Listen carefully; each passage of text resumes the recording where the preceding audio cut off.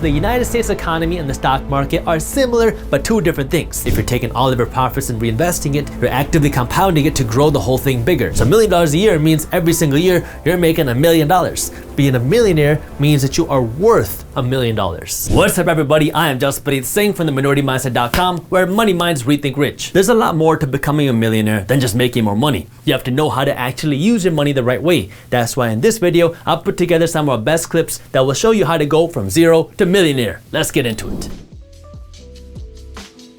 If you went out and you asked the majority of people, how do most people become millionaires? They'll tell you that it's because of rich parents, or being gifted, or having a trust fund, or winning the lottery, or getting really lucky. You need to have one of these 5 things if you want to become a millionaire. But that's just not true. 88% of millionaires were self-made. These are people that created their wealth and their money themselves, that did not have everything gifted to them. Yeah, you had 12% of millionaires that had rich parents or had money given to them or had all these privileges, but the vast majority of millionaires created their wealth themselves. So if you want to understand how to become a millionaire yourself, you got to understand what these people did. Out of the people that became self-made millionaires, there are 3 general categories or ways that people became millionaires. The first is start a very successful business. Number 2 is earn a very high salary. Or third, invest a little bit of your money every time you get paid. Look, some of the most successful people in the world are people that start and built their own businesses. But the reality is, building a business is not easy, and it is not for everybody. It looks cool and it looks attractive because entrepreneurship is fun, but it is hard work, and you do not get weekends off, you do not get evenings off. Building a business is hard, and it's not for everybody. And so that is not the path to becoming a millionaire for the majority of people. And if we look at trying to earn a super high salary, like people earning $200,000, $300,000, $400,000, $600,000 a year or more, that's not really accessible for most people either, because maybe you're gonna need a special degree, maybe you gotta go out and become a doctor, or maybe you gotta go and become a CEO of a big company. But yeah, that's possible for some people, but not everybody. So I guess both of these 2 options are out for most people. But the third option, investing a little bit of money every time you get paid, is actually how most people become millionaires. It's a slow and gradual process where every time you get paid, regardless of how much money you're getting paid, you put aside a little bit of money and you keep slowly investing it, and you let this money that you're investing grow and compound. And as this money is growing and compound, you keep fueling the fire, because every time you get paid, you're just putting more and more money into this ball that's growing and building you wealth. That way you can become a millionaire in your lifetime by letting your money go out and work. I'm going to show you a few different ways that you can do that. But before I get into that, I need you to do me a quick favor and smash that thumbs up button below. Let's go over some quick numbers. Let's start by going over something that most people should be able to do. Let's assume that you can put aside $10 a day, which is right around $300 a month. If you take this $10 a day, $300 a month, and you keep investing it every single month, I'll talk about where and how to invest it in just a little bit, but let's assume that you can get a 7% annual return on your money on average. So this is a below average return, okay, something conservative. But if you keep investing this $300 a month over the next 45 years, so if you do this from 21 to 66, this $300 a month is going to grow to $1.1 million on the side. Now, if you're saying that you don't got $10 a day or $300 a month, yet you also have a $300 a month car payment or more, then you might want to rethink where and how you're spending your money. If you want to be a little bit more aggressive, and now you can put aside $20 a day or $600 a month, and you can get the same 7% return, which is below average, below the historical average, then you will be able to grow this money to $2.2 million over a lifetime on the side. And let's have some fun. What if you could be even more aggressive and you could put aside $100 a day, which is right around, let's say, $3,000 a month.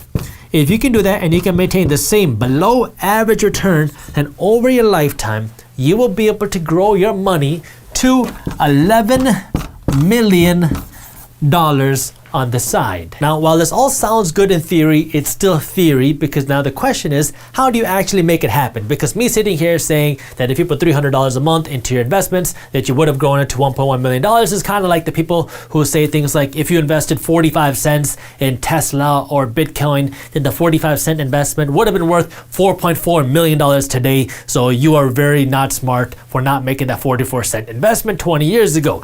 It's impossible to predict what is going to happen. So the question is, what do you do today to actually build these millions in your lifetime? How do you do this practically, and how do you make it happen? Well, the first part of making it happen is you got to work on this side of the equation. how do you get this extra cash? How do you find this extra cash every single month? And there's two things you got to do on the mental side of how do you actually get this cash. The first thing you gotta do is you gotta stop living in your feelings. We live in a culture where people live in their feelings, where when people want something, they want it now.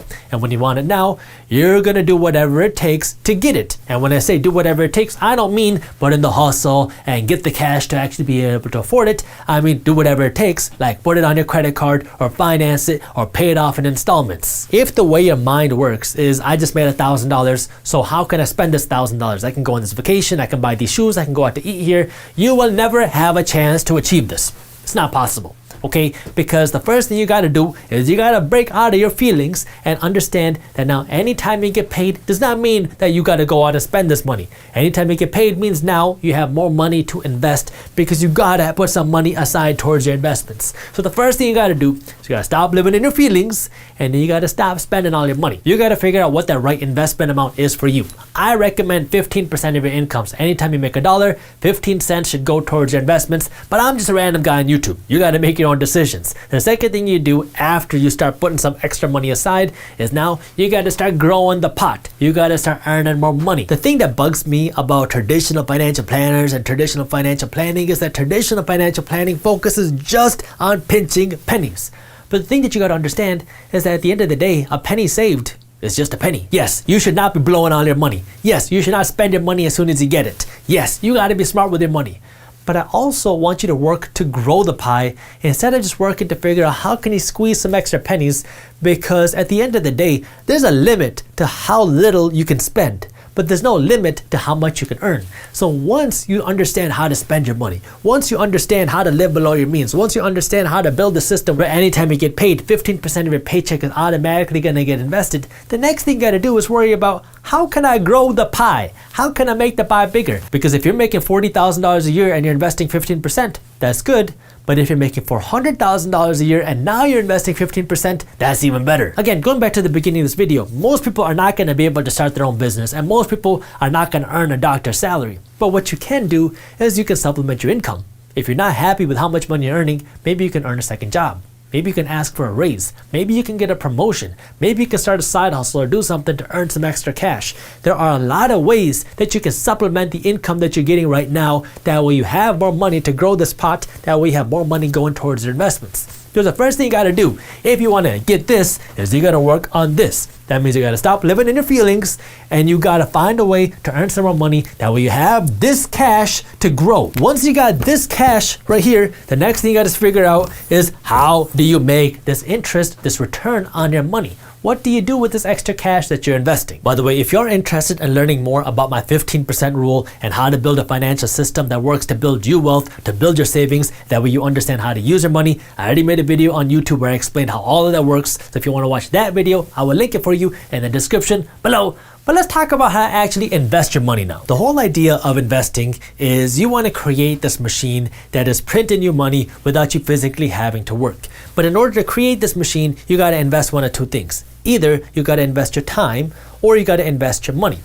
Now, for a lot of people, either you're not going to have the time or you're not going to want to put in the time to do it. So I'm going to focus in on the passive investments, because a passive investment is where all you're doing is you're taking some of your cash and you're putting it towards creating this machine that is printing you money without you physically having to go to work, because you're going to work to get paid. Now, you're getting this paycheck and you're going to take a piece of that paycheck and you're going to put it towards buying this machine that's going to print you money. Now, it's not an actual money printing machine because you can go to jail for that, but it's a kind of a theoretical machine that's going to print you money through your investments. The whole idea behind making money is the more value that you can provide to the marketplace, the more money you're going to make. That's why doctors earn more money than cashiers, because doctors provide more value to the marketplace than cashiers do. Now, this doesn't mean that your life is not valuable or that you're not a valuable person as a cashier. This just means in the economic marketplace, a doctor provides more financial value, so they attract more money than a cashier does. So now when it comes to your investments, the whole idea here is you want to put your money in a place that is going to create value or attract value. So you want to use your money as a tool to kind of create this value thing. That way it can continue to pay you without you having to physically work to continually build value. So maybe there's other people involved, or there's a team involved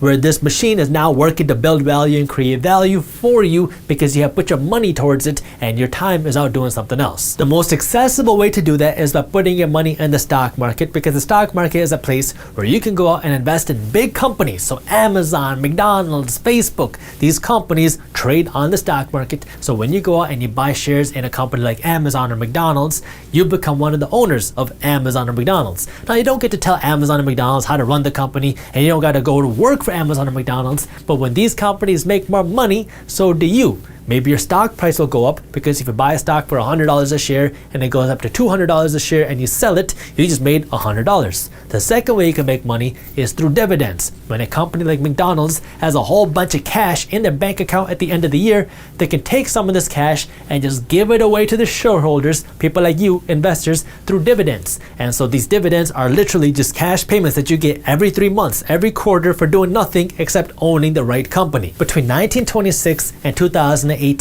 the average return for the S&P 500, which is an index in the stock market, which all it means is it's a group that represents the top 500 companies in the stock market.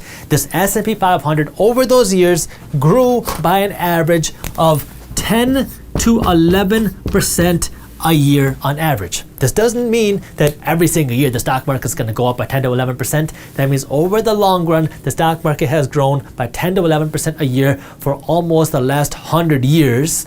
But this also includes the fact that sometimes you're going to have stock market crashes and other times you're going to have stock market rallies. Over the long run, you've seen the stock market grow by around 10% a year for the last century. So if the stock market continues to grow at its previous rates and you can just invest your money and even get a below average return, then retiring a millionaire is no problem, because you can just throw your money into the stock market and hopefully get the same returns, and boom, there you have it, the millionaire status.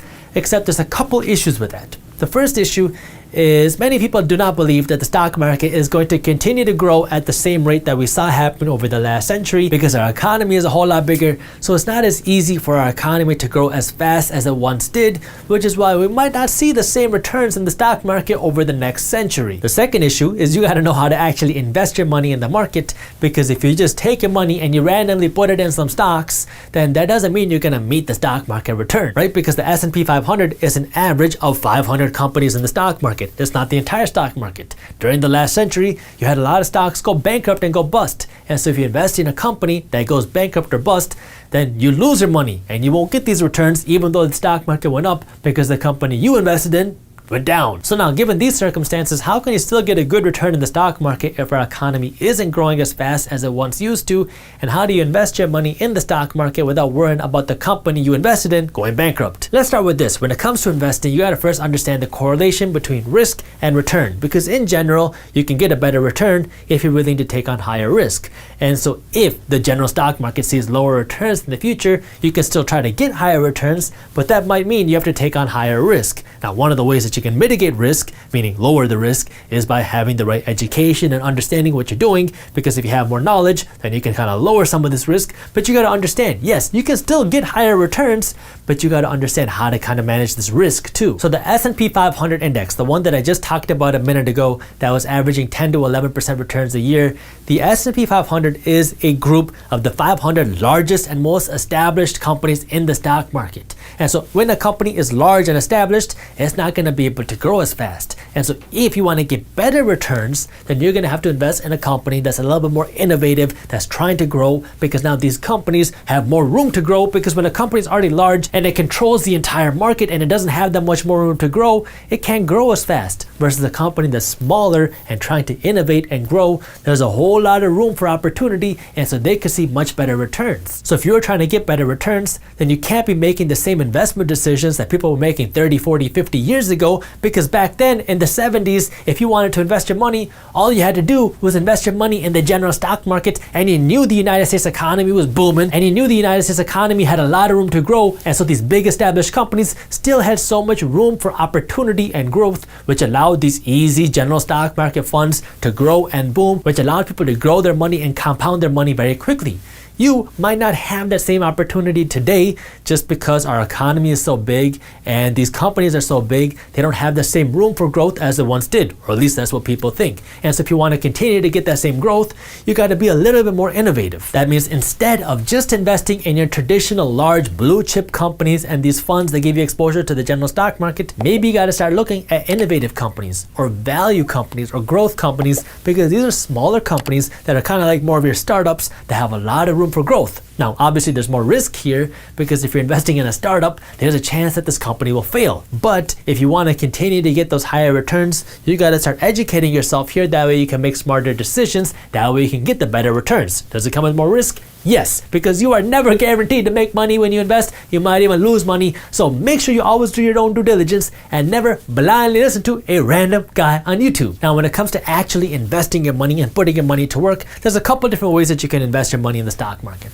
The first way is you can find individual companies to invest in. So you can go out and invest in individual companies like McDonald's or Tesla or Facebook or whatever. But when you invest your money in these companies, you take on all the risk, because if you invest your money in McDonald's and the McDonald's executives run the company into the ground and the company goes bankrupt, now your investment account is bust. So one of the things that you can do to protect yourself, especially if you're not planning on becoming a full-time investor, or if you don't plan on spending at least a few hours a week researching your investments, then one of the things that you can do instead of investing in individual companies is just invest in ETFs. An ETF is a fund that gives you exposure to a whole bunch of companies. That way now you don't got to worry about trying to be in the stock picking game, because you can invest in a fund that gives you exposure to a whole bunch of different companies. You can buy and sell shares of an ETF the exact same way you do stocks. The only difference between an ETF and a stock is when you invest your money in a stock, you get exposure to one company, but when you invest your money into an ETF, you get exposure to a whole group of companies. So kind of like what I talked about before. If you just wanted to get general exposure to the stock market, then you could invest in an ETF like VOO or SPY. Both of these ETFs give you exposure to the S&P 500, and both of these ETFs give you exposure to the top 500 companies in the stock market. Now, again, this goes back to the concern like we just talked about. Yes, this will give you exposure to the top 500 companies, but we just don't know if the stock market and our economy is going to be able to grow at the same rate that we saw happen over the last century.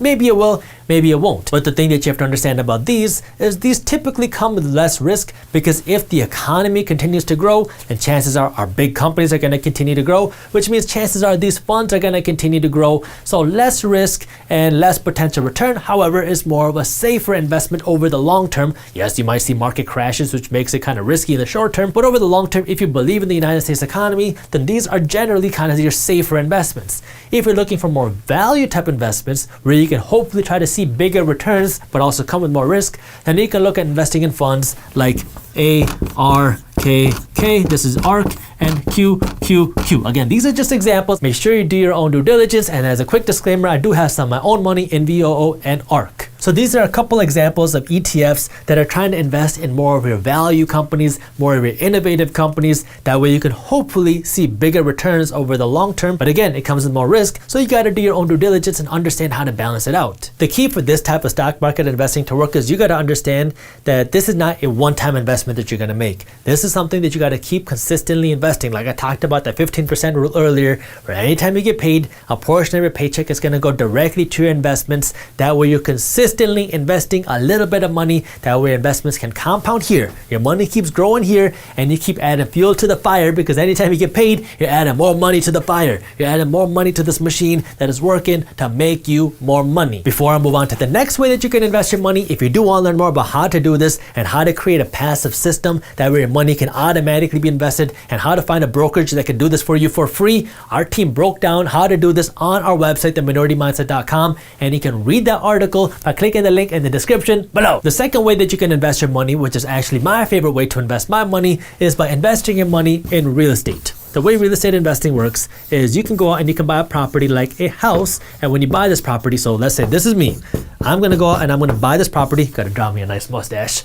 I go out and buy this property, and then I'm going to rent this property out to somebody else. I'm not going to live here.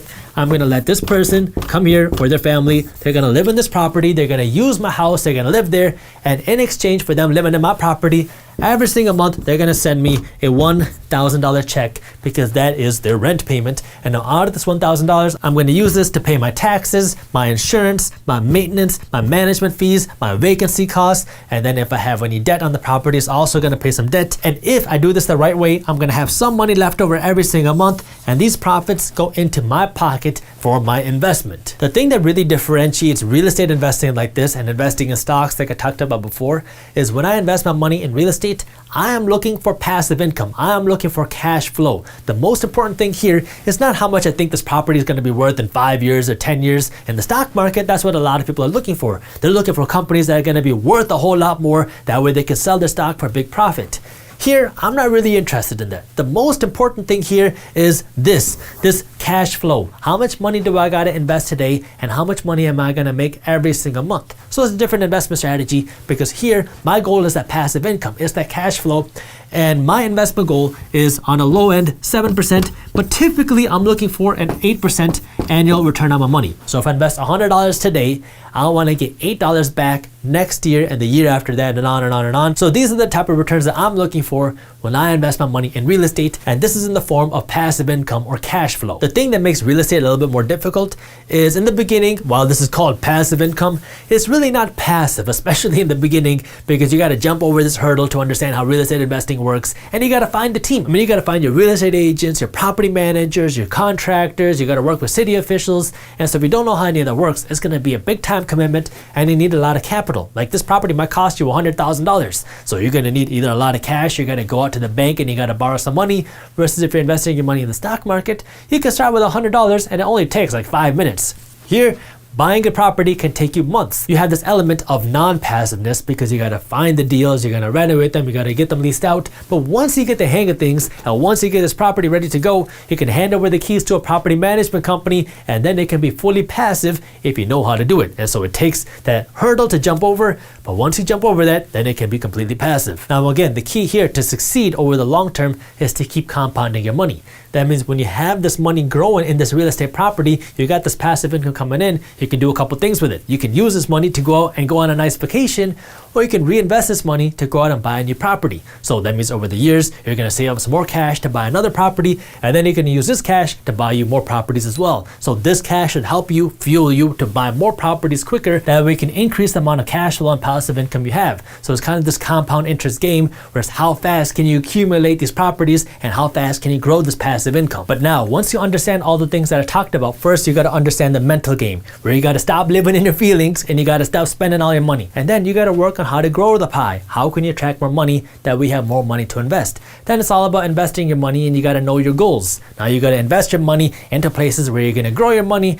And now it's just a math question. Where can you invest your money? What type of returns can you expect? And how long is it going to take you to hit that $1 million based off of how much money you're investing? Once you understand the whole system, then it's just a numbers game where you got to just keep following the system, and you got to just keep pumping your money into your investments. That way you can build this nest egg that's growing to make you wealthier. Now, before I get into the next clip, I do want to let you know that if you are interested in learning more about how to manage your money and build your wealth and get that financial education we should have learned when we were in school, our team put together an amazing PDF that walks you through this type of money management and financial education. That way you can use your money as a tool to build wealth. This guide is completely free when you sign up for a daily newsletter. So if you want to learn more, see how you can manage your money and build your wealth through investing, I'll put the link to how you can download this free guide in the description below. The whole idea of passive income is where you can make money without having to physically go to work. When you go to work and you get paid, this is called active income because you're having to actively do work in order to get this check. Passive income, on the other hand, is when you send your money off or you do this thing, you have this kind of asset that is paying you with passive income because you own this thing or you've created this thing. You have this machine that's printing money without you having to actually physically go to work. You have two kind of general categories of passive income. You have true passive income, where you just buy something and you have this thing that's paying you and you don't got to do anything. And then you have this kind of like pseudo passive income, where you have to put in a certain amount of work to create this thing or have this thing, and and then once you create it, then this money comes passively. The reason I'm making this video particularly is because I released a video on YouTube where I talked about different passive income ideas that you could do with less than $1,000. That video got a lot of love, and so I wanted to expand upon that topic by going over 25 different passive income ideas that you can start today, even if you don't have a whole lot of money. I'm going to be going over a lot of different topics in this video,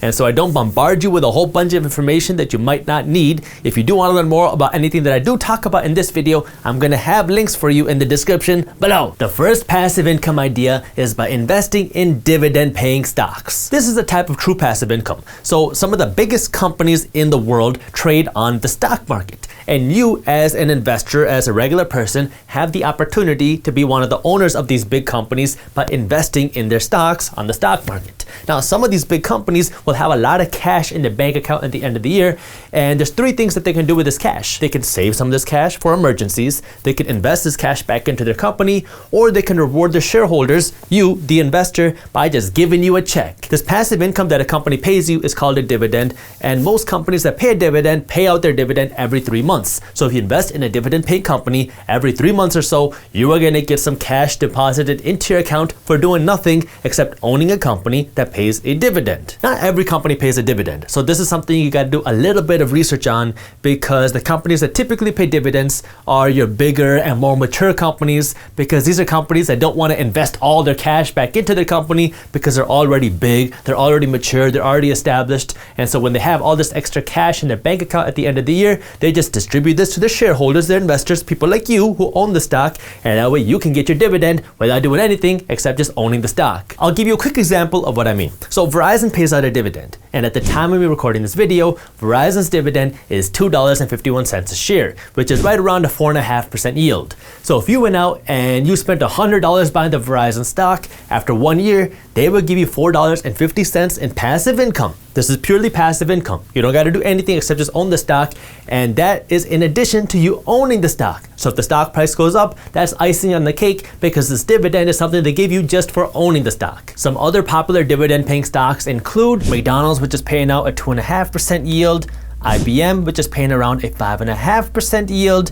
DTE, which is paying around a 3.5% yield, and 3M, which is paying out about a 3.3% dividend yield at the time of me recording this video. The last thing that I want to mention about dividends is the amount of dividends that you're getting from a company does change. Like if a company makes more money, which is the goal, then the amount of dividend that you're getting will hopefully go up. But if a company starts to struggle, then you could see your dividend go down. Number 2, invest in rental properties. This is one of my favorite ways to generate passive income. The way this works is, let's say you go out and you buy a house for $100,000. Now, instead of you living in the house yourself, you would rent this house out to somebody else, another family, and this family would live in your house, and they would pay you rent for, let's say, $1,000 a month every single month for them living in your home.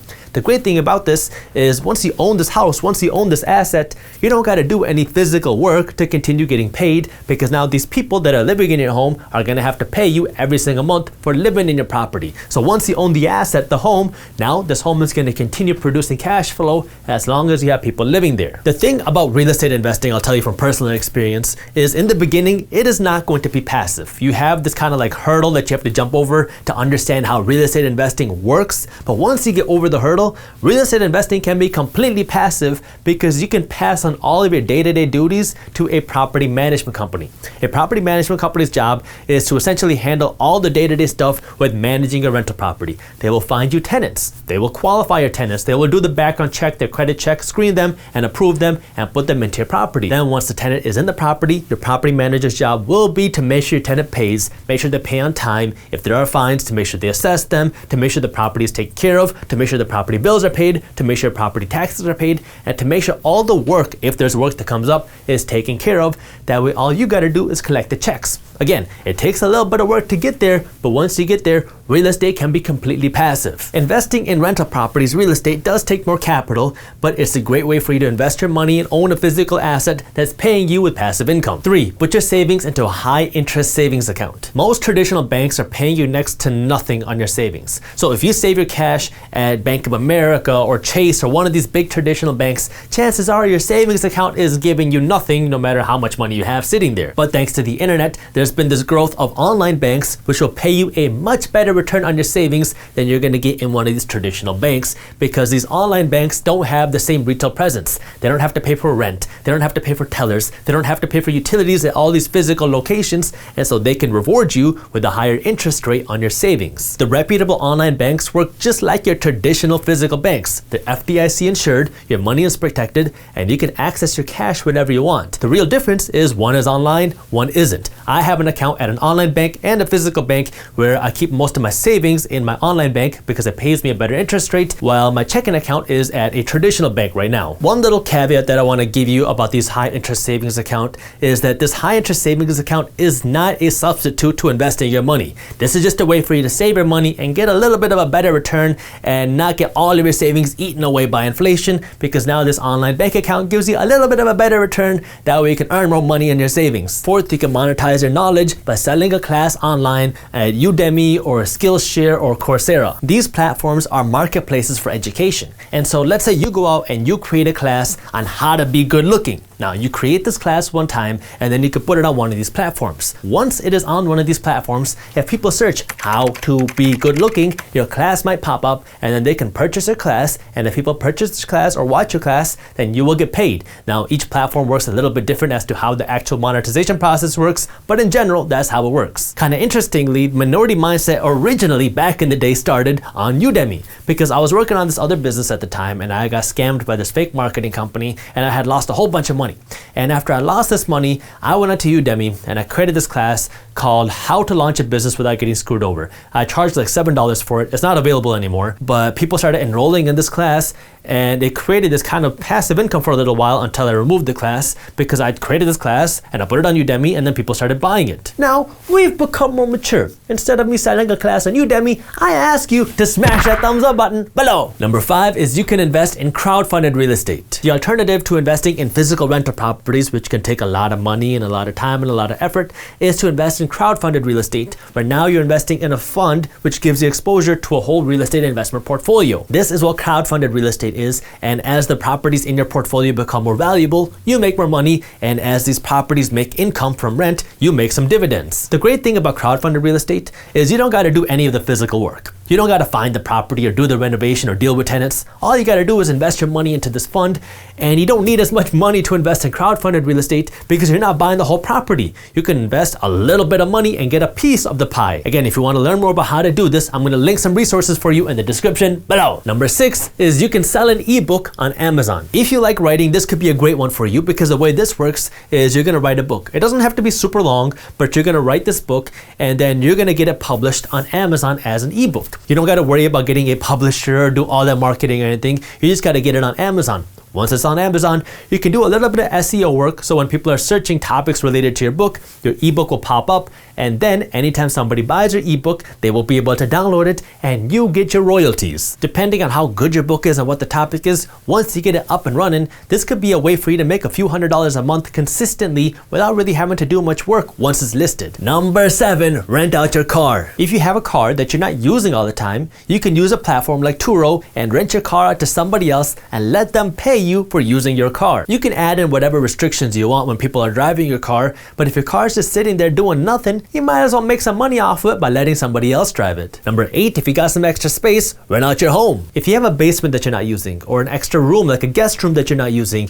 or you're not going to be home for a little while, you can use this space to generate you some passive income by listing the space on a platform like Airbnb or VRBO, because then somebody else can stay in your home, your property, your extra space, and they'll pay you for staying there. Number 9, so this one isn't exactly passive income, but it can be an easy way for you to save a lot of money. If you have a mortgage, you can refinance. The whole idea behind refinancing your mortgage is you're going to take a current loan and you're just going to move it to a new lender at hopefully a lower interest rate. So now you have the same loan as before, but you're just paying less money because interest rates hopefully came down when it came time for you to refinance. So you can save a whole lot of money. I mean, some people can save hundreds of thousands of dollars by doing nothing except just refinancing their mortgage. Again, if you want to learn more about how to do that the right way, I have some resources for you in the description below. Number 10, you can do peer-to-peer lending and get that passive income through interest. The way banks make money is by lending you money. If you borrow $100,000 from the bank and you spend 10 years paying it off, then over those 10 years, the bank is going to be getting passive income from the $100,000 that they gave you, because you're going to be paying interest to the bank every single month on the $100,000 that you borrowed? Well, you can copy the bank's model by doing peer-to-peer lending, where now you're using a platform. There's a bunch of these online where you're lending your money to somebody else, and now somebody else is borrowing your money. So you give them your money, and then they're going to do something else with it. Maybe they're going to buy a car, or maybe they're going to pay down their debt. They're going to do something with your money, and then they're going to pay you interest every single month until they pay your money back. Just like everything else, there is risk involved here. I mean, there's a risk that the person who's borrowing your money can default, but this is where you got to do your own due diligence, find somebody good to lend your money to, and use a credible source. And if you do that, then this can be an easy way for you to generate passive income just by lending your money out. Number 11, you can enter the vending machine business. So the way this business model works is you can create your own vending machine company, or you can buy a franchise to a vending machine company, or you can buy an existing vending machine company that already has the machines out there, and you're going to put these machines into different places, maybe stores, wherever there's a lot of foot traffic. Then when people buy candy, they buy pop, they buy these things from your vending machine, then you will get a percentage of the profits. Your job is to make sure the vending machine is full and make sure that you're getting paid. The nice thing about the vending machine business is you don't need a ton of money to start. Like, you don't need the same type of capital you need to go out and buy a rental property, and it can generate you this pseudo passive income because you don't got to physically be there to sell the candy and pop from your machine. Number 12 is you can make money through affiliate marketing. Affiliate marketing essentially is when you are a commissioned salesperson on the internet. So let's say you start a blog where you're talking about how to burn fat. One of the things that you can do now is you can find a protein supplement that you really like and market the supplement on your blog. If people buy the supplement from your blog, then you get paid every time somebody buys a supplement. The key to making money here for affiliate marketing is you need digital traffic. So you need eyeballs, you need people to click on the link that you're marketing, and you need people to actually go buy whatever it is you're selling. And so you need some kind of consistent traffic source on the internet. Maybe you have a popular Instagram page or a popular blog or a popular podcast. And so you got to put in the work to kind of build this kind of presence on the internet. And once you do that, you can just place your affiliate link there, and it will continue to drive you revenue as long as people are checking out your content. Number 13 is you can sell digital files on Etsy. If you're good at design, this could be a great one for you, because now you can go out and you can create different digital files. Maybe you create a travel guide, or maybe you create some wall art. You spend some time creating this digital file, and then you can put it on sale at Etsy, which is a marketplace. So if people are searching for motivational wall art and your image pops up and they purchase it, now you get paid. Number 14 is use your bank CD or certificate of deposit. Now, personally, I'm not a big fan of the CD as an investment source because the returns on CDs aren't the greatest, but it is a way for you to generate some passive income. You can think of a bank CD kind of like a glorified bank account where you put your money into this account. It's called a certificate of deposit, or CD for short. And when your money is in this account, it's going to be locked up for a certain amount of time. Maybe it's 6 months, maybe it's 5 years. You get to decide how long. And the longer your money gets locked up in this account, the better your interest rate is. The good thing about CDs is they pay you a better return than your savings account because you're not supposed to access it. If you access it early, you got to pay a fee. But because it gets locked up in this account, you get a better interest rate. There's no real work on your end because you don't got to do anything except go to the bank and tell them that you want to put some money into a CD. You're not going to get the best rate of return, but if you're scared of investing your money, then this could be an option for you. Number 15, you can be a strategic digital marketer. So this was actually something I learned from one of my friends who was doing this. So my friend, he has a lot of connections with business owners, and he's made a lot of friends with these entrepreneurs who are starting these businesses, some of them digital, some of them physical. And he used to go and do their digital marketing. But then he wasn't really a fan of it. He got kind of tired of doing the digital marketing. So what he found out that he could do is he could partner with other companies and other people and have them do all the digital marketing, because he wasn't doing super complex stuff. It was mainly just creating social media posts and posting them. And so he found these people that could do this digital marketing for them. And so now all he does is he finds these businesses that want digital marketing done, and he gets them on a retainer. Maybe it's $1,000 a month or $2,000 a month. And then he gives these companies to the people that he's working with, and he'll pay these people half of whatever he's making. So if he's making $1,000 a month, he'll pay these people $500 a month to do the digital marketing, and he'll keep the other $500, and he doesn't really do anything except make sure that the work is done. But now that he's found good people, it doesn't really take that much work at all. Number 16 is use a cashback credit card whenever you shop. If you are a disciplined spender and you will use your credit card like cash, and you're not going to use your credit card to buy anything that you normally wouldn't with cash, and you're going to pay off your entire credit card balance in full every single month, and you never pay a penny in interest on your credit card, then you can get rewarded for using your credit card the right way, because you can use a cashback credit card that's going to pay you something like 1% to 5% in cash back every time you swipe your card. So if you go to the restaurant and you spend $100 on dinner, you spent $100, but you're going to get a little bit of cash back just because you used your credit card instead of paying with cash. Again, the key for this one to work is you got to make sure you're a disciplined spender, because if you start getting excited about this cash back and now you're spending 10% more just because you think you're going to get 2% cash back, you are losing in the credit card game. The whole purpose of this is to make your regular purchases with a credit card. That way you can make some money in cash back. Number 17 is you can start a drop shipping e-commerce store. Now look, if you've been on the internet and you've ever kind of searched these entrepreneurial things before, chances are you've seen a bunch of people selling classes on drop shipping, and it has been very saturated recently. But the thing you got to understand about drop shipping is at the core, all it is you are selling a product on the internet, whether it's through your own e-commerce store or whether it's through Amazon. All drop shipping is now, instead of you creating your own product and having to manage the inventory and having to buy all the inventory up front, you're working with a manufacturer where anytime somebody buys something, whether it's through your Amazon store or through your physical online store, you are not the one that's having to physically ship it out. This order should go to your manufacturer, and the manufacturer is going to ship it out. And so if you can find a good product, maybe it's a kitchen product, maybe it's a clothing product, and you can market it on Amazon or your own store. Maybe on Amazon you do good SEO, on your own store you do some Instagram marketing, and people start to buy it. Well, now these orders should go directly to your manufacturer, and your manufacturer is going to ship them out, and you get to keep the difference. Number 18 is you can invest in REITs, which are real estate investment trusts. This is another way for you to invest in real estate without having to physically invest in rental properties. A REIT is a company that invests in real estate, and these companies, these REITs, some of them trade on the stock market. And so what you can do is you can find one of these REITs on the stock market and you can buy shares of this REIT. Now when you own shares of this REIT, you own shares of a company that invests in real estate. So you're getting indirect exposure to real estate, because now you're not getting direct exposure to the property, you're getting exposure to the company that owns the property. But the thing that makes REITs unique is REITs are required by law to pay out 90% of their taxable income in dividends to their shareholders. So the shareholder is you, the person that owns their stock, and if you own their stock, you will chances are get a higher dividend than most typical companies, because REITs are required by law to pay out 90% of the taxable income through dividends, and their taxable income comes through rent. Number 19 is you can start a lead generation website. If you're a tech savvy person and you're a fan of digital marketing and SEO, then what you can do is you can create a website that is generating traffic, and then you can sell this traffic to different businesses. For example, let's say that you have this partnership with an appliance store in your area, and then you can go out and you can create a website that's generating traffic for people that are interested in getting a new microwave or a new stove.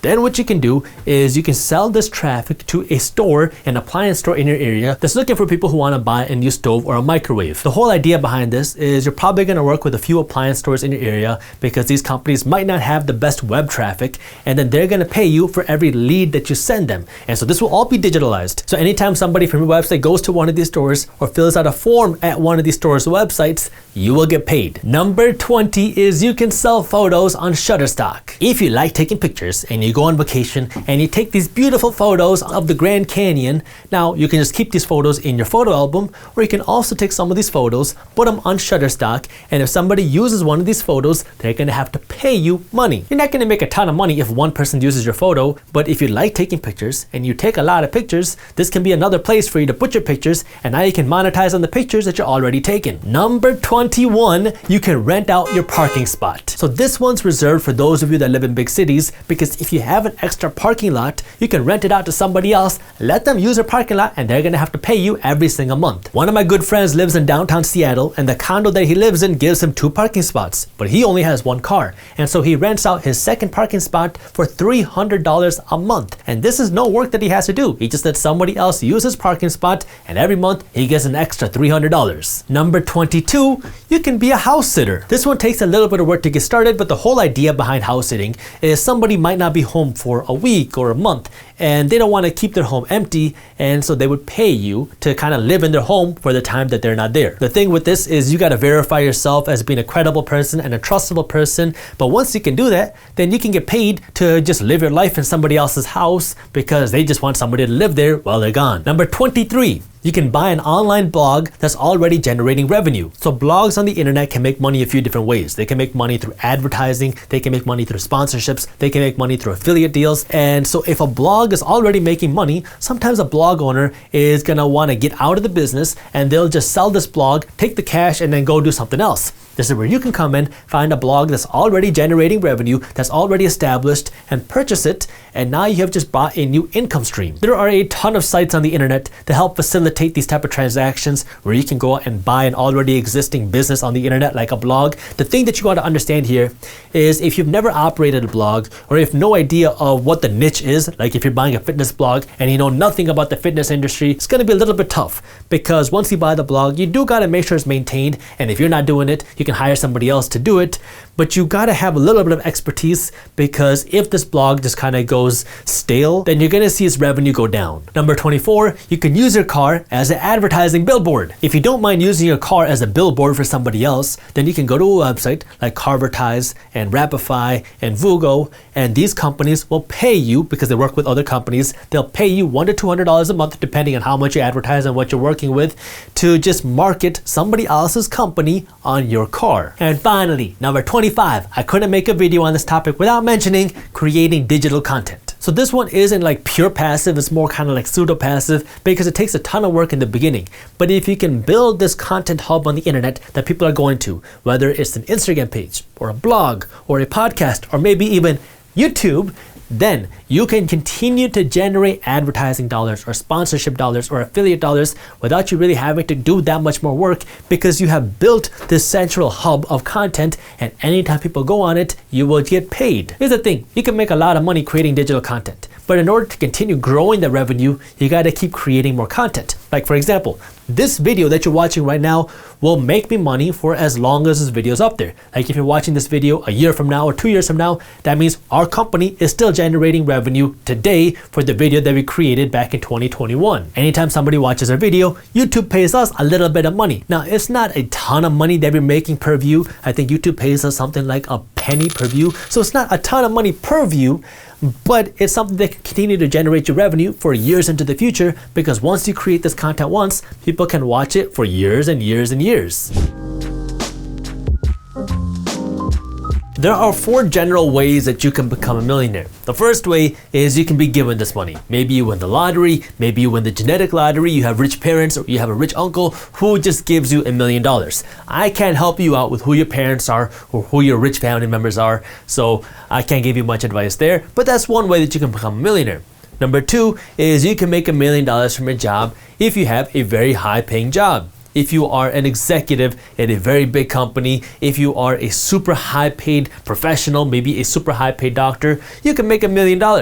Now, again, this isn't something you can really do in a year, and this isn't something that I'm going to be talking about in this video, but it's another way that you can become a millionaire. Number 3 is you can become a millionaire through a business. If you want to make $1 million in 1 year, then you have to generate $2,740 a day. Now, we have 365 days a year, so if you do $2,740 a day times 365 days, that's $1 million. So this is assuming that you're making your $2,700 a day every day a week, including weekends and including holidays. So if you sell a product and you make $10 per product, that means you have to sell 274 products a day if you want to make $2,740 a day, which would make you $1 million in 1 year. Or if you want to make $1 million a year from your investments, and let's assume that your investments are paying you a 9% annual return on your money, in that case, you have to have invested $11 million. And if you have $11 million invested, now you'd be making right around $1 million a year. Understanding this is the simple part. actually doing it is a little bit more tricky, and that's what I'm going to be talking about in this video, how you actually make the $1 million happen. But before we get into that, I need you to do me a quick favor and smash the thumbs up button below. And I do want to let you know that we started our very own Minority Mindset Shorts channel on YouTube, where we're putting out daily content, short videos less than 1 minute long. So if you want to check out our Minority Mindset Shorts channel, I'll also link that for you in the description below. Now, if you want to understand what it takes to become a millionaire in just a year, the first thing you got to understand is what's the difference between making $1 million a year versus being a millionaire. Making $1 million a year is what I just talked about. This means that your job is paying you $1 million a year. This means that you have your investments paying you $1 million a year, or this means that your business is making you $1 million a year. So $1 million a year means every single year you're making $1 million. Being a millionaire means that you are worth $1 million. The way that you calculate this is you take your assets and you subtract your liabilities, and then that gives you your net worth. So if you are worth $1 million, then you are a millionaire. So now you can add up your assets. Let's say you have $100,000 in the bank. You own your home worth $300,000. That's $400,000 worth of assets. And let's assume that you also have another $100,000 in the stock market. Now you have assets worth $500,000, and let's say you have $50,000 worth of debt. So $500,000 minus $50,000 is $450,000, which is your net worth. If you have assets minus liabilities worth more than $1 million, now you are a millionaire. So you could have $1 million worth of investments. You could have $1 million worth of rental real estate that you own, and this money, if you have a 9% return a year, that is $90,000 a year that you're making. So you are a millionaire, but you're not making $1 million a year. You have $1 million worth of assets, and these assets are still paying you, in this case, $90,000 a year, but you're not making $1 million a year. So you got to understand the difference between this and this. The next thing that you really have to understand is the hidden effort that it takes to become a millionaire. And the best way to think about that is just to think of an ice cube. So if you take an ice cube out of the freezer and you put it into somewhere where it is still cold, it is 10 degrees Fahrenheit. And now, if you take the temperature and you start to raise it up 1 degree at a time, you go from 10 degrees to 11 degrees to 12 degrees to 13 degrees to 14 degrees, the ice cube is not going to melt. And you can keep raising the temperature 15, 16, 17, 18, 19, 20, 21, 22, 23, 24, 25. And at some point you might think, I've raised the temperature so much, but the ice cube hasn't changed a bit. It is still ice. And now you go 26, 27, 28, 29, 30, 31. And if you stop at 31, you're going to say, well, I put in all this effort to melt the ice, but nothing has happened because the ice is still ice. And so you put in all this hidden effort between 0 degrees up to 31 degrees, and you haven't seen any change yet because the ice is still ice. But as soon as you make that one little small change from 31 to 32 and 32 to 33, now all of a sudden your ice is going to start melting.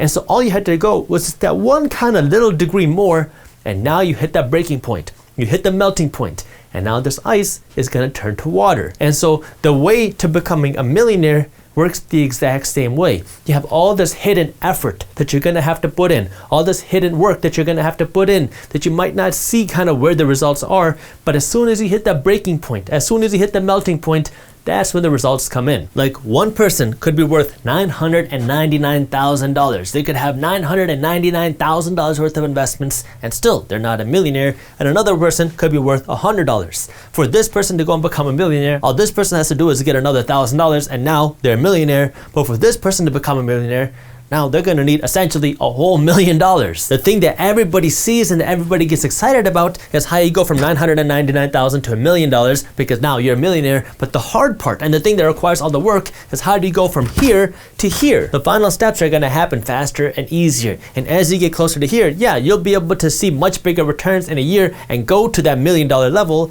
But when you're starting off here, going from here to here can take you a long time because you have to go through the learning curve. You have to learn how to attract more money. You have to learn how to invest your money. You have to learn how to grow your money. And so here to here is where all the effort goes in. And this is that process where everyone's trying to figure out how to become a millionaire overnight. But there's a lot of work required because right now your ice cube is at 10 degrees and you got to figure out how can you get it up to 31 degrees. Because once you get to 31 degrees, all you need is 1 degree more. And now you're getting the big changes. Now you're going to make the major changes because now you're hitting the tipping point. You hit that melting point where now you can really start to see the change. And in this case, that millionaire level. It is much easier to become a millionaire than it is to make $1 million a year. Anybody can become a millionaire. All you need is time and the right financial education. Because now what you're going to do is you're going to take some of your money and you're going to keep investing it. Now you're going to earn more money and you're going to keep investing that too. And now over time, you're going to slowly turn your money into $1 million by consistently growing your wealth, growing your money on the side, and keep fueling this fire by adding more money into that pit. Making $1 million a year requires you to now work to increase your income.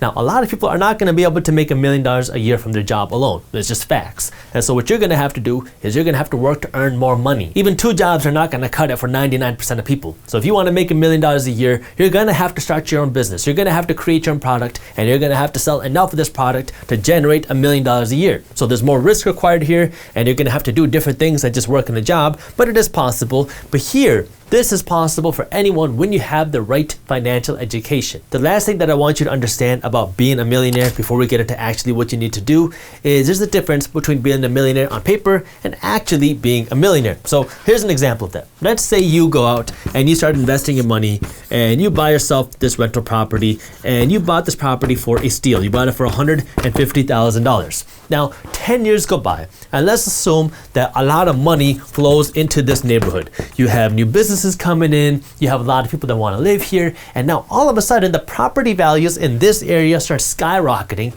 and this property that you own is now worth, on paper, $1 million.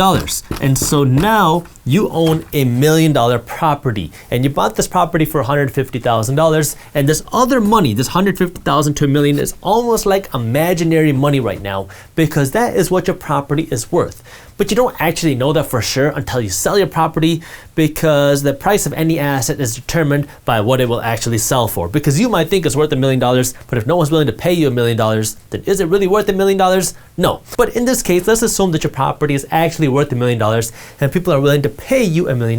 Now, you have this kind of like nest egg that's sitting there, this property that's worth $1 million, but this money isn't in your bank account. I mean, you can't go out and spend this cash unless you pull out a refinance on this property, and now you have this cash in the bank that you can go out, use to spend, but now you have to pay this money back plus interest. It's the exact same thing in the stock market. If you go out and you find a really hot stock that you want to invest in, let's just call it company X. This can be whatever company you want, and you put in $100,000, and a few years go by, and this company takes off. This company goes all the way up tenfold, and now you have $1 million in the stock. Yeah, you have $1 million on paper, but again, this $1 million isn't yours until you sell this property or you sell this stock. But you got to remember here as well that just because you're worth $1 million today doesn't necessarily mean you're going to be worth $1 million tomorrow here, because the stock market could crash. If that happens and your investment gets cut in half, now you're no longer a millionaire. And so there are pros and cons here, because yes, there's a risk to keeping all this cash in your hand,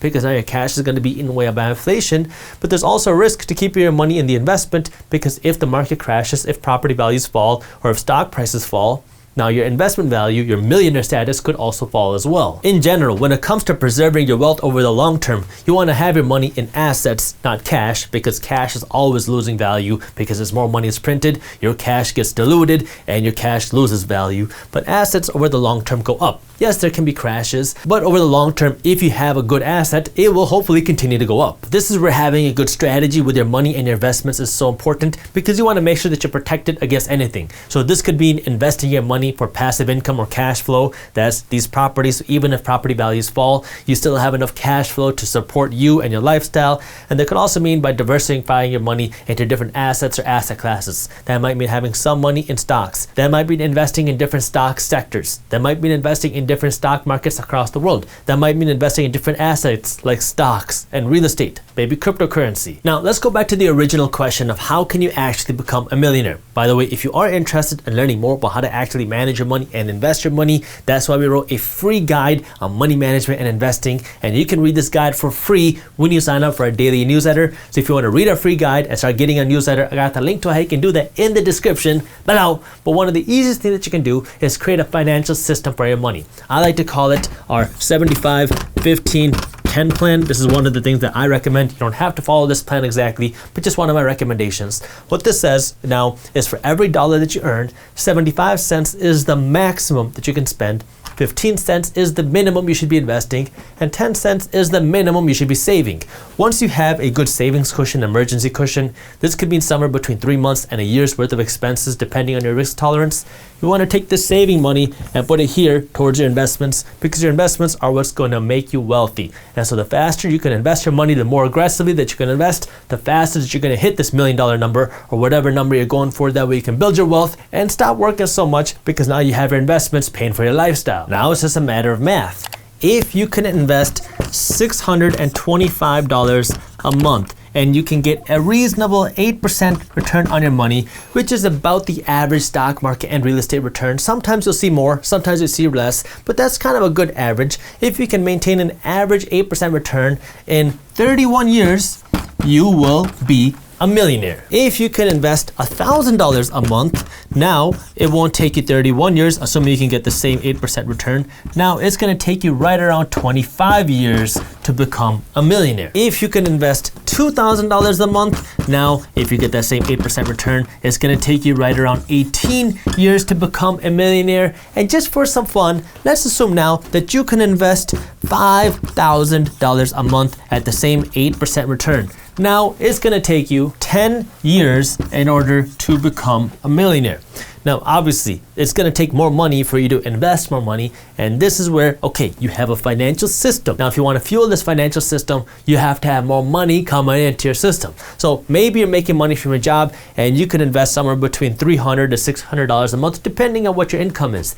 If you want to start investing more money, you got to start making more money. So if you want to get to the $1 million figure faster, now you got to start earning more money, because you're already investing your money on the side to grow your income. Now, you could invest your money at a higher rate, but if you're working a job, you're not going to have the time to manage another full investment or kind of do these other active investments, because you want to work to just grow your income instead of just trying to grow your $625 monthly investment. So the two ways that you can get to that $1 million figure faster is 1, invest more money, or 2, invest more aggressively. Now, investing more aggressively comes with more risk, and that might not be something you're interested in or want to put all the time in. So you might want to focus on how you can grow this pie, how you can grow the amount of money that you're investing, and the only way you can do that is by earning more money. So what's the solution? Earn more money, and now invest this more money. That way you can become a millionaire. Now, there's a few different ways that you can earn more money. You can work harder at your job, you can get a promotion, you can try to get a raise, and if you do these things, this can give you more income that you have here that you could put more money towards your investments. Another option could be for you to get a certificate or to try to get a different job that's going to pay you more money. Or if you want to make money outside of a job, now you can either get another job or you can try to start your own side hustle or side business. There are hundreds of ways for you to go out and earn more money on the side. I mean, our team even put together a list of 113 ways that you can earn more money outside of a job. If you want to read that article, you can do it on our website, theminoritymindset.com, and I'll also link it for you in the description below. But you really need to just kind of figure out where your passions are, something that you like, because if it's something that you like and something that you're good at, then you can make more money because you're actually skilled at what you're doing. The internet makes this more accessible than ever. Now, just because it's accessible doesn't mean it's easy, but you can create a brand around almost anything. You can create a brand around fitness, around finance. You can create a brand around cooking, around music. So if there's something that you like, you can build a brand around it. And if you can start to build a community or an audience, there are unlimited ways to monetize. You can do advertising, you can do sponsorships, you can sell your own products, you can be an affiliate for other products. All these things can start generating you more money. Now, this isn't something that's going to happen overnight.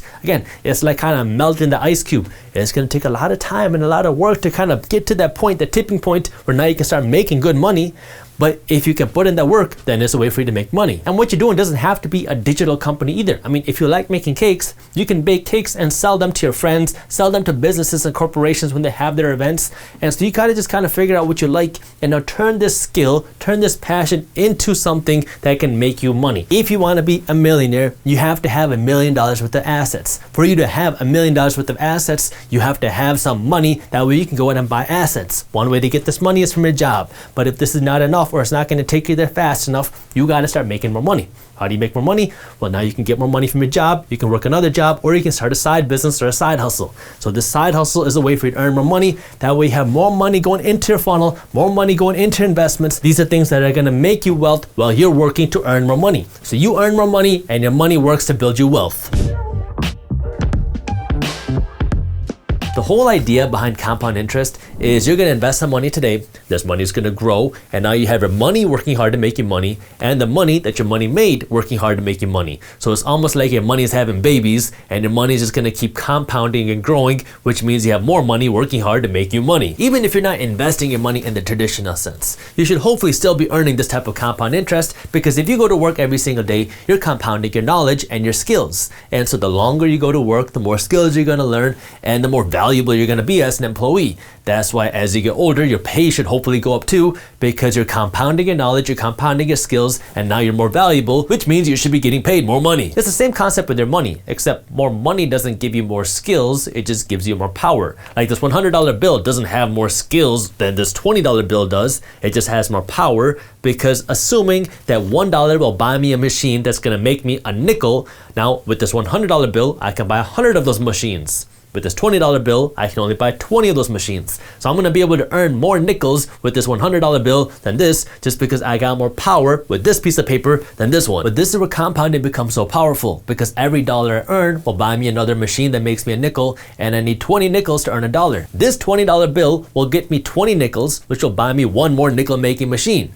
This $100 bill will earn me 100 nickels, which will buy me 5 more nickel making machines. So I'll be able to earn more nickels with this just because I got more buying power. The more dollars you have, the more dollars your money is going to be able to make, and the longer you let your money sit there and invest and compound, the more your money is going to be able to grow. That's why Albert Einstein calls compound interest the 8th wonder of the world, because now your money is working hard to earn you more money, and every time your money does that, you're going to have more money that you can send out to work hard and earn you more money. So it becomes a system, almost like this machine that's just working to produce you more money, and anytime you produce more money, you can buy another machine that's going to be working to produce you more money. You don't need a ton of money to start, but the longer you have, the more your money is going to be able to grow, which is why you're going to see the biggest returns towards the end of your compounding. Like even if you start with just 1 penny and you can double your money every single day, day 1 you have just a penny, and day 8 you have $1.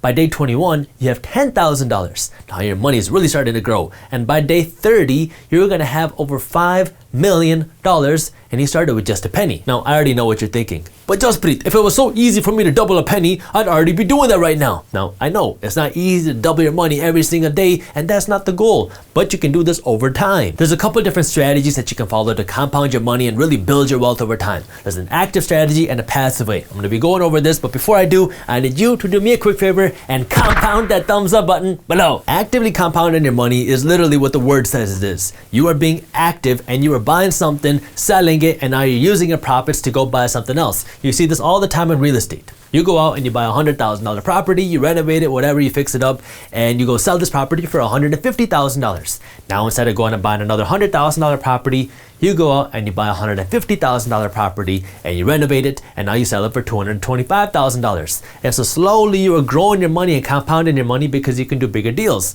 Now you can do 2 deals at one time. You can do $200,000 deals and hopefully sell both of these for $150,000 each, and now you're just compounding what you're doing. You're slowly growing what you can do because you make some money and you take your profits and you reinvest it into whatever it is you're doing. This is exactly what I do on YouTube. Anytime somebody watches our videos on YouTube, I get paid. Thank you for your penny. Now, when I get this YouTube money, I can take all of it and go out and buy myself some new exotic cars, go get myself a new Gucci wardrobe, and go enjoy some fine dining at Chipotle with some extra guac. But what I actually do with this money is I reinvest this money back into our business. That way we can grow our business bigger. I'm reinvesting it back into our blog, I'm reinvesting it back into our newsletter, and I'm reinvesting it into an app that we're making. I'm actively working to compound this money by sacrificing some of these luxuries today that I could buy by reinvesting this money back into the business. That way I can grow the whole pie bigger. When I was in college, I started a cell phone accessory business with a friend of mine, and we didn't have a ton of money, and we wanted to start selling these like cell phone battery packs, and at the time we only bought like 10 of them because that's all we could afford. And so we bought 10 of these battery packs and we sold them, and then we took this money that we got and our profits and we went out and I think we bought 20 battery packs, and then we bought 50, and then we bought 100. And so it was like a slow compound where we took whatever money we had to buy these battery packs, we sold them, then we took this money and our profits and we compounded it, and that way we were able to buy more, sell more, buy more, sell more. And so you don't get to enjoy the profits when you're compounding it like this, because if you're taking all of your profits and and reinvesting it, you're actively compounding it to grow the whole thing bigger. When you do this, the hope and the whole idea is you're gonna start off with something small, $100 or $1,000, and you're gonna grow it to something a little bit bigger. You're gonna turn $1,000 into $2,000. Now you're gonna reinvest the $2,000, turn it into $4,000, then the 4 to 8, the 8 to 16, and you're gonna slowly keep growing it. There is a risk though, because if you keep growing it and you don't take out any money for yourself, eventually there's a chance that things don't work out. And now you grew your $1,000 into $100,000 or $1 million, and then things fail. And if you didn't take out any money for yourself, now you're left with nothing. So if you're doing this type of active compounding, you really just gotta find the right risk balance for you, because anytime you pull a dollar out, that's a dollar that you cannot compound.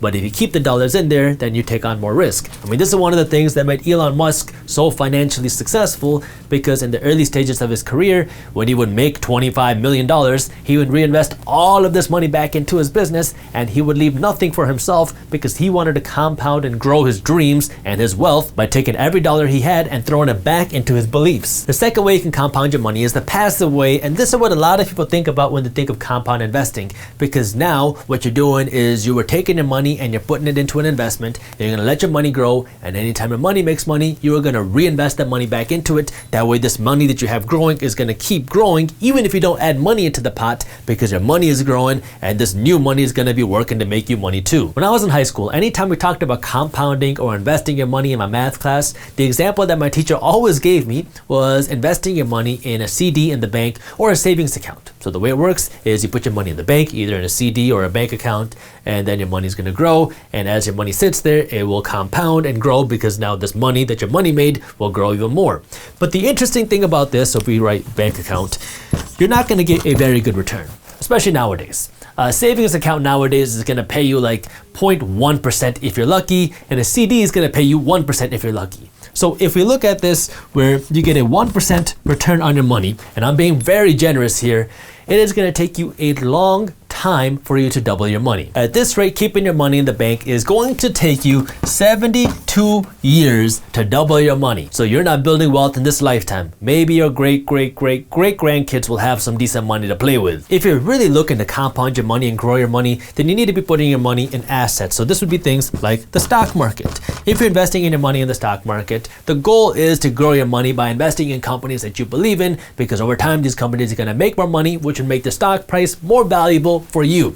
Now, if I come back here to active, if you do a business or flipping like we talked about, there's really no limit or kind of a baseline to how fast you can grow your money here. I mean, it's not super unreasonable to see 100% growth in a year, so it's really kind of uncertain as to how good of returns you'll see. It just depends on what it is you're doing and how good you are at it. So, you know, there's really no baseline here. The stock market, on the other hand, has gone up by between 8 to 10% a year historically. So even if we stay on the low end here, 8%, you're going to be able to grow your money much faster. And the thing you got to understand about the stock market is there's a couple different ways that you can make money. You can make money through appreciation, which is when the price of your stock goes up, and you can also make money through dividends, which is when the company that you invest in literally just gives you a cash check. So if you can grow your money by 8% a year in the stock market, you can double your money every 9 years. That's a whole lot better than 72.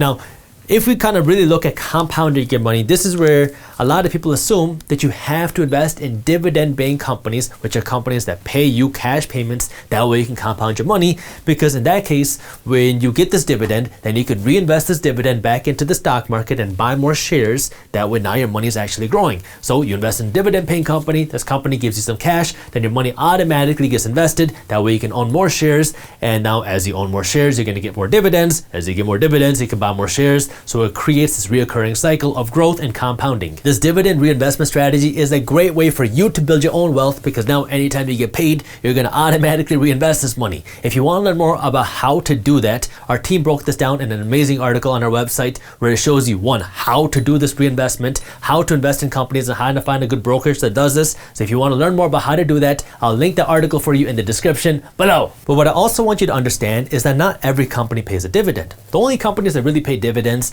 are really your more established and more mature companies, because these are companies that at the end of the year, they have so much cash in their bank account, they have no better use for their money. Because if they could reinvest this money back into their company and grow their company bigger, then they would probably do that. But they have so much cash where they're just like, you know what, let's just start giving it away to our shareholders, because we have no better use for this cash.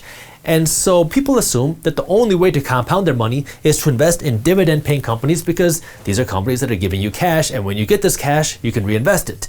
But you can also compound your money by investing in companies on the stock market that are reinvesting their profits. If you find more of a startup company that you really like and you really believe in and you think is a good value, and you invest in this company, and this company, anytime they make money, they don't give it away in dividends. They take this extra cash and they reinvest it back into their company, so they're really not making that big of profits. Like how Amazon during the early years of it being public never made any money, because anytime it made money, it reinvested it back into the company. If you invest in a company like this, then your money is still compounding because you own shares of a company that's using all of its money to grow itself. And so while you're not getting this cash payment and accumulating more shares, your shares become more valuable because of this compounding, because the company that you're investing in is compounding all their money because they're taking all of their profits and reinvesting it. And there are pros and cons to both, because this type of investing, where you invest in more of a startup type company, has more risk because there's a chance that this company will fail, like we talked about here. If you're actively compounding your money, which is what this company is doing, there's a chance that it could fail. And so yeah, they're reinvesting all their profits and they're doing everything they can.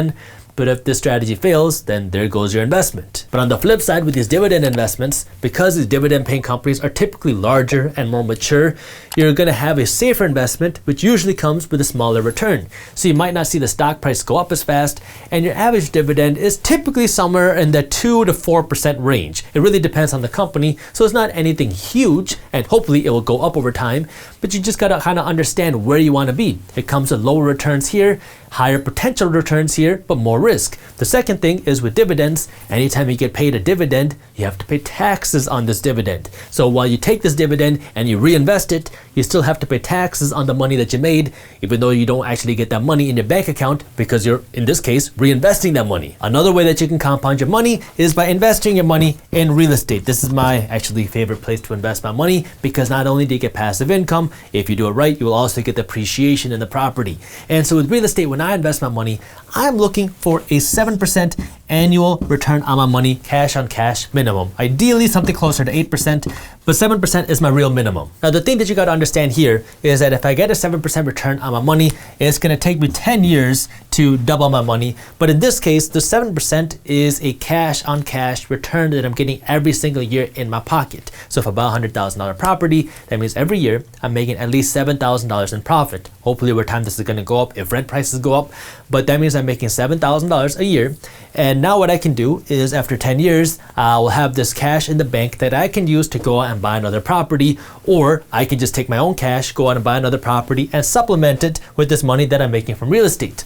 The reason that real estate becomes so attractive now on top of this is because not only are you getting this cash flow, but if you're buying your properties in a good area where people want to live, then you're also going to see the property value go up too. So I buy this $100,000 property, and every year I'm getting $7,000 a year in passive income, but over time this property might go up in value to, let's say, $200,000. And now if it comes time for me to sell this property, I sell it for $200,000, I can do something called a 1031 exchange. It's a little loophole in the real estate world where now I can take all $200,000, pay $0 in taxes, and go out and buy a $200,000 property that's going to pay me with more passive income. And so when I try to do that in the stock market with dividends, the first thing I had to do was pay taxes on my dividends, and then I could reinvest these dividends. With real estate, if the property value goes up, now I can sell the property, pay no taxes today on those profits, and go out and buy myself a bigger property that's going to pay me with more money. Plus, even on the passive income, the cash flow that I'm making from real estate, this money that I'm getting here, there's a lot of tax breaks that I get with real estate that I don't get with the stock market. So even as I get the $7,000 a year in passive income,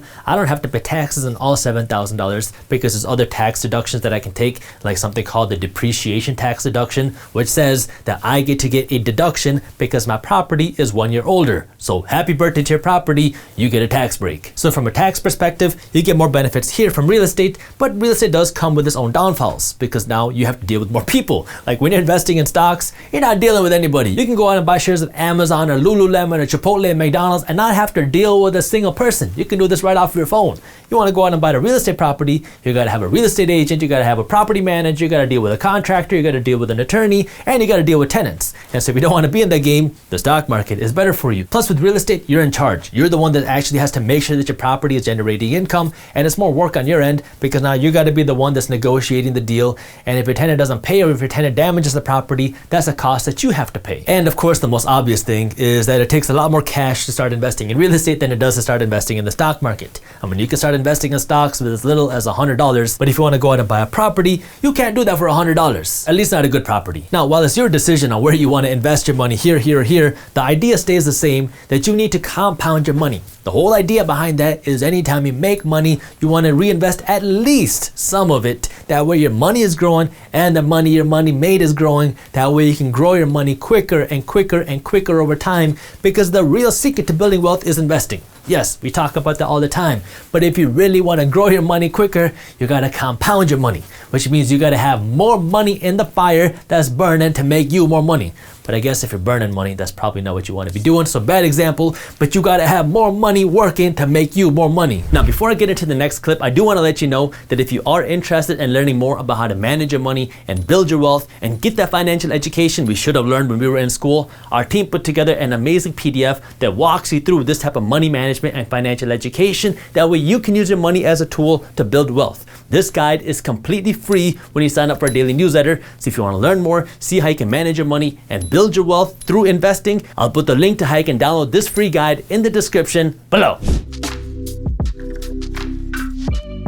When you spend money most of the time, you are a consumer. Like if you go out to McDonald's and you buy a burger and you buy some fries and you eat it, you are consuming their products. When you invest your money, you become a producer. Now instead of you being the person that's buying the burgers, you're the one that's selling the burgers. Speaking of McDonald's, one way to do that is by actually investing in and buying one of the McDonald's franchises. Now you own a McDonald's store, so if people are buying McDonald's sandwiches from you, you're the one making money. The other way you can do that is by investing in the McDonald's corporation, the actual stock. If you go into the stock market and you buy one share of McDonald's, you become one of the owners of McDonald's. Now, if you just own one share of McDonald's, you're not going to get to tell them what to do and how to run their business, but you do get to share in the profits when McDonald's makes money. Now, the difference between being a real investor and being a flipper or a trader is how long you plan on owning your investment for. Like if you stick with McDonald's, if you plan on just buying and selling their stock in 3 months to make a quick profit, you're not an investor, you're a trader. If you plan on owning this investment for longer than a year,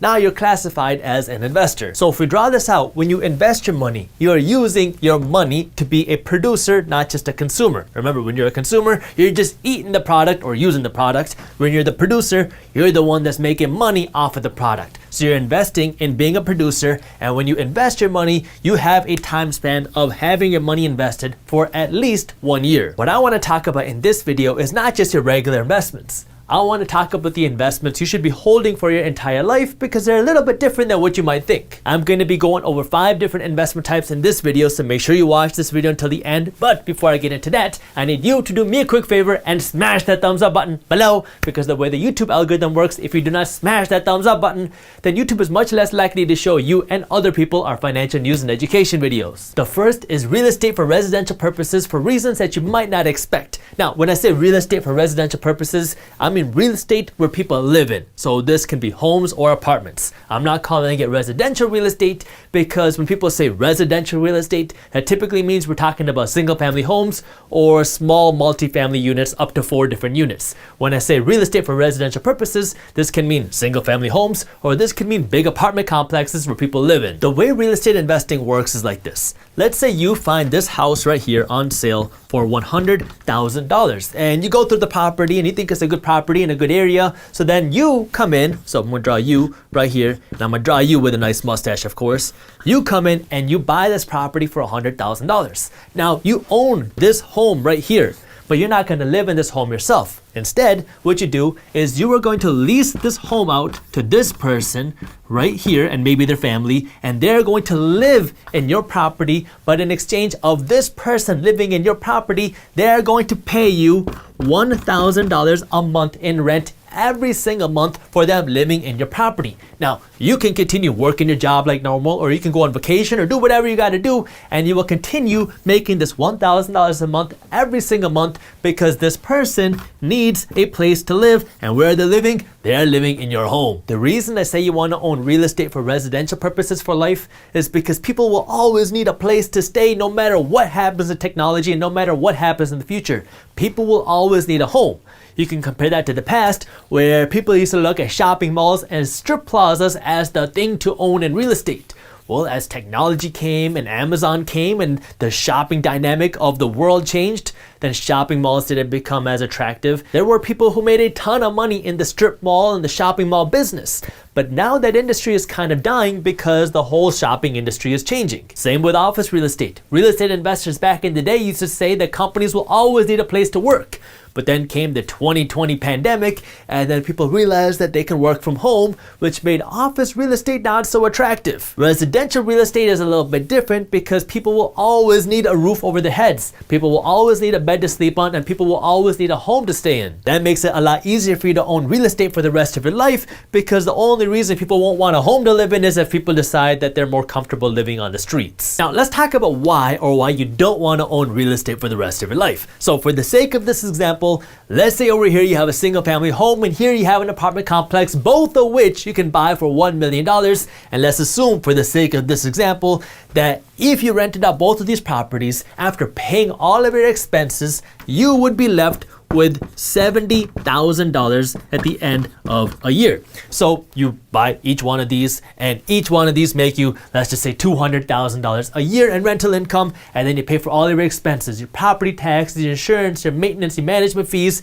After paying all of your expenses, you are left with $70,000 worth of profit, and we're assuming that there's no debt. You're buying these properties with cash only. That means both of these properties are paying you a 7% annual return, because here you're buying this house for $1 million and you're making $70,000 a year in rental income profits, and here you're buying this apartment complex for $1 million and you're making $70,000 a year in profits. But you also have to remember that just because you made $70,000 doesn't mean you get to keep $70,000, because the IRS wants their cut. You gotta pay taxes on this money. However, real estate does come with some legal tax loopholes. When you own real estate as an investment, meaning you're not the one living here, you are renting out your property to somebody else, then you get to tell the IRS, hey, this property that I own is 1 year older, so I deserve a tax break called the depreciation deduction on my taxes. And so you get to take a tax break on both of this income right here because you own investment real estate. But the size of your deduction is going to be different here and here, because this single family home is considered residential real estate and this apartment complex is considered commercial real estate. Residential real estate, so single family homes, 2 families, 3 families, and 4 family units, let you depreciate your property for 27.5 years, while commercial real estate, so anything over 4 units, lets you depreciate this property over 39 years. I'm gonna explain what this means. So now what you're gonna do is you are gonna take the value of this building, not the land, the building itself, and divide it by the number of years that you can depreciate it on your taxes. So for the sake of these examples, let's assume that when you buy this $1 million property, $200,000 of which is going towards the land value, because you know these properties sit on some land, and $800,000 is for the building. So you're paying $200,000 for the land that this property's on, and $800,000 is for the actual building. Once you know that, now you can do $800,000 divided by 27.5, which is, one second, $800,000 divided by 27.5, $29,000. So over here you get a $29,000 tax break every year for 27.5 years, and over here $800,000 divided by 39, this is about $20,000. So here you get a $20,000 tax break every single year for 39 years. What this allows you to do now is you buy this property, you make $70,000 a year, but you only pay taxes on $79,000 minus $29,000, so right around $41,000. You're only paying taxes on $41,000 worth of income for the first 27.5 years. After 27.5 years, you don't get this deduction anymore. Same thing here. Here, you make $70,000, but you only tell the IRS that you made $50,000, and you get to do that for 39 years. After 39 years, you don't get that deduction anymore, which is why a lot of people invest in real estate, but they have the goal of never holding it longer than 27.5 or longer than 39 years. However, you also get some benefits if you own real estate for your entire life. So this is the reason why you wouldn't want to own real estate for your entire life, because after 27.5 years or after 39 years, you no longer get this tax break, and so now you have to pay more money in taxes. And so if you don't want to pay more money in taxes, you might want to sell your property after 27.5 years or after 39 years. That way you can take advantage of all these real estate tax breaks. However, let's go over why you might want to own real estate for your entire life. So now, same example. You buy either one of these properties for $1 million and you own it for some time and you're making rental money every single year. But now a few years go by and you find out that your property is now worth $5 million. So you got a lot of equity in this property because you bought it for $1 million and now it's worth $5 million. And now you're thinking, yeah, I want to give this property or this money to my kids. Now, one thing that you can do is you can sell this property and get $5 million worth of cash, but now you have millions of dollars worth of profit because you bought this property for $1 million and you're selling it for $5 million. So you're gonna have a pretty big tax bill where you're gonna have to give a big chunk of this money to the IRS in taxes. The alternative, assuming you do not sell this property for cash when you're alive and you own these properties, either one, until you die. Now, when you die, your estate gives this property, either one, to your heirs, your kids. Now what happens is your kid is going to get this property and the government is going to say that your kid got the property, they bought it for $5 million. So if your kid went out and they sold this property today for $5 million after you die, they will get this $5 million of cash and they don't have to pay any taxes on this money because to the government, it looks like they bought the property for $5 million. This concept is called stepped up basis, and essentially what it's saying is if you die with this property, then the person you give this property to essentially can say that they bought the property for how much it's worth when you die. So now if you get here, you don't have to worry about selling your property for a profit and then paying taxes and then giving this cash to your kid. What you can do is let this property live with you for the rest of your life, and then when you die, you give this property to your kid, and now what you have to worry about is estate taxes, but you get a much bigger kind of cushion with estate taxes because you have to be gifting millions of dollars before any estate taxes come into play. Now, I do gotta let you know, although I am an attorney, I am not your attorney, so if you have specific tax questions or legal questions, talk to a professional in your area. The last reason why I say real estate is an investment that you want to own for your entire life is because with real estate, you own something tangible that you can see, feel, and touch, and this is something that can continue to provide you income and income growth for the rest of your life, because if there's demand for this property wherever it is,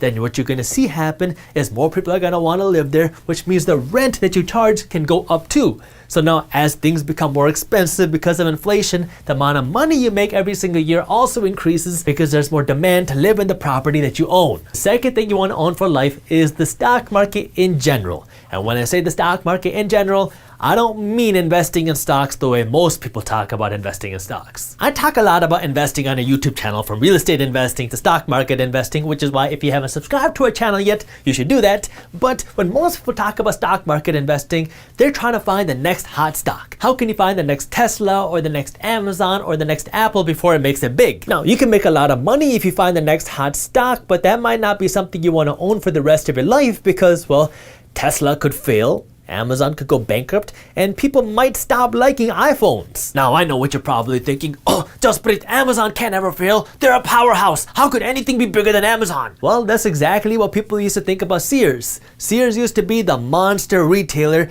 and back in the day, people used to think that there would never be a Sears competitor because they were so huge.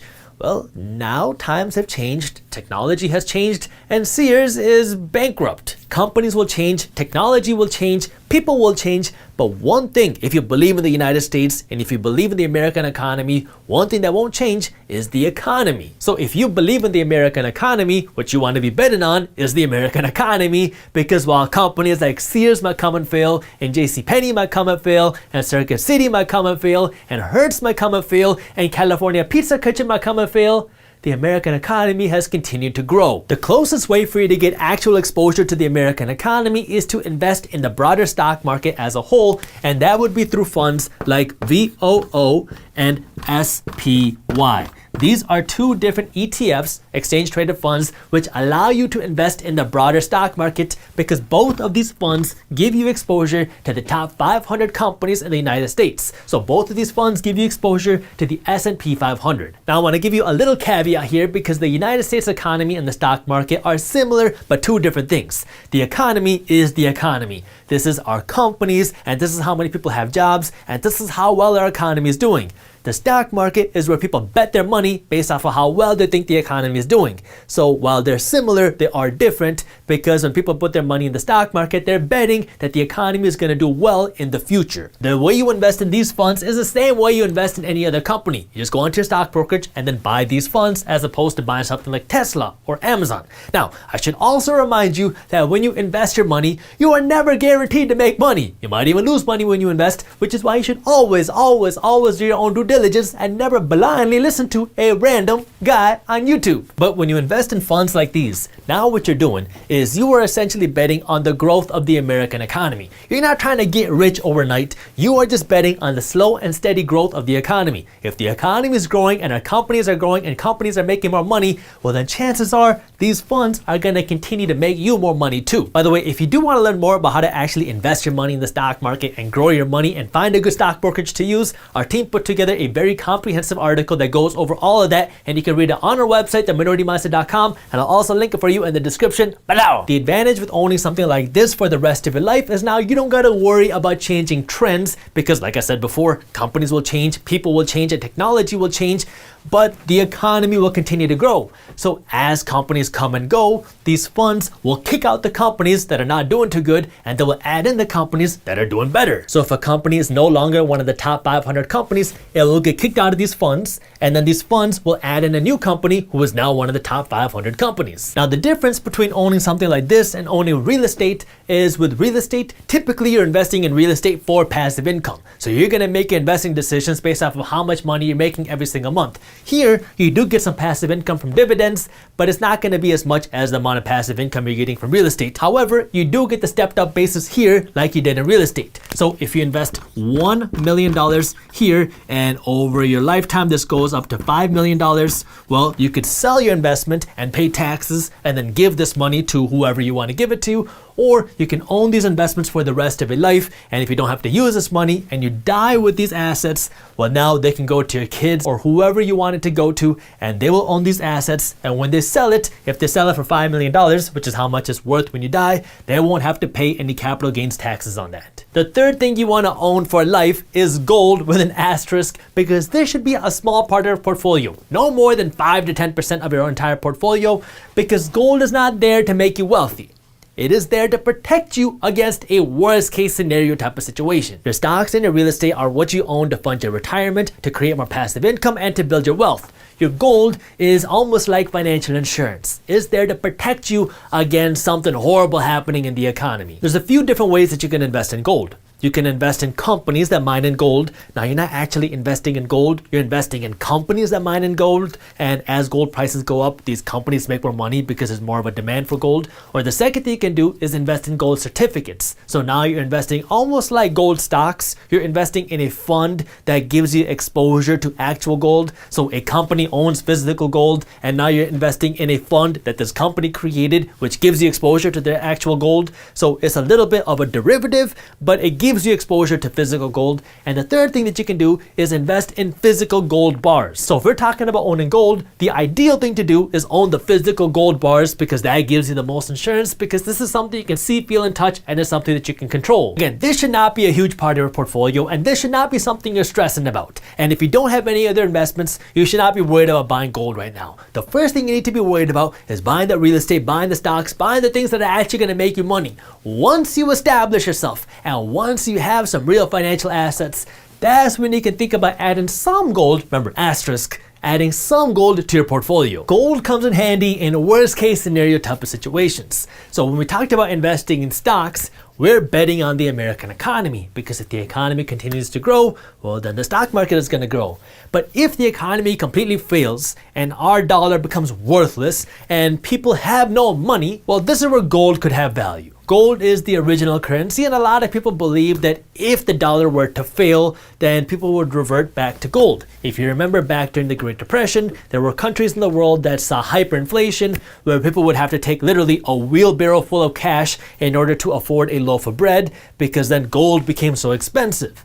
And so the thought is, if the worst case scenario type of situation happened and the economy crashed crashes and the dollar goes to nothing, well, then people will go back to things like gold because this is a tangible currency and this was the original currency. You know, people have been betting on a doomsday situation like that for decades and decades and decades, and to date, they've been wrong every single time. Which is why you want to make sure you're investing in your wealth first, but you always want to protect yourself because, yeah, there's a chance that things could go really bad, which is why you want to own some gold. Going along with that, the fourth thing you want to consider owning for the rest of your life is some cryptocurrency. So this is what's considered the new digital gold. Gold was the original currency, and many people believe that cryptocurrency and blockchain will be involved in our future currency. Now, look, there's a lot of speculation around cryptocurrency, and there's a lot of guessing around what cryptocurrency will be in the future, and nobody can predict the future, which is why, again, we got this asterisk here because this needs to be a small percentage of your portfolio,